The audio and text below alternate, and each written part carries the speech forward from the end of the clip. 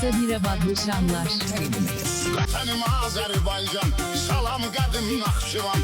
Dahilərin mahalı, çox yetirib ziyalı. Fəxri iftixar yeri, Naxçıvanın var yeri. Sizi biz ayrı görmürük, bölgələrə bölmürük. Doğmadı hər bölgəsi, üstümüzdə kölgəsi. Mənim qədim diyarım, gürur yerim, vüqarım. Sən damarım, qanımsan, mənim ürəyim, canımsan. Gözəl Naxçıvan diyar, Qarabağlar kəndi var. Ruhu təbiətə bənzər, hüsnü cənnətə bənzər. Möminə xatundan deyil, tarixi vardır qədim. Gah Duzdağda, Sirabda, şəfa tapır hər insan. Uca dağlar çoxdur, çay bərabəri yoxdur. Araz axırdı bir aləm, xoş səsi var möhtəşəm.